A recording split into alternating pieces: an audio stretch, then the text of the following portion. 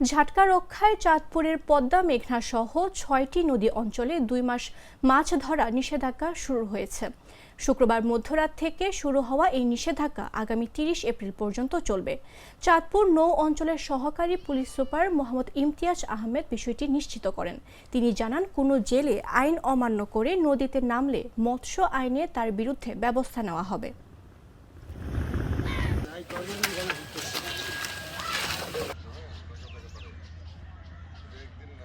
মাছ ধরতে নদীতে নামবেন না, এই অভিযান চলাকালীন সময়।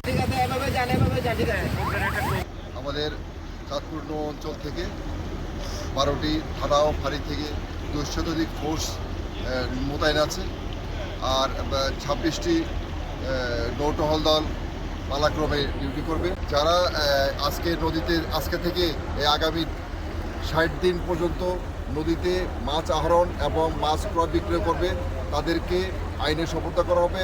আমরা অ্যারেস্ট করব এবং তাদেরকে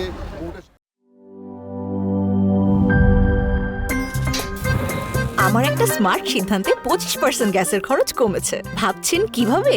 সাধারণ গ্যাস স্টোভ বদলে আমি এনেছি আরএফএল গ্যাস স্টোভ। এর সাইন্টিফিক নজল ও ব্রাস বার্নার ক্যাপ সমানভাবে তাপ ছড়িয়ে রান্না করে দ্রুত, তাই গ্যাসও বাঁচায় 25%, টাকাও বাঁচে 25%। আরএফএল গ্যাস স্টোভ, নিরাপদ ও গ্যাস সাশ্রয়ী।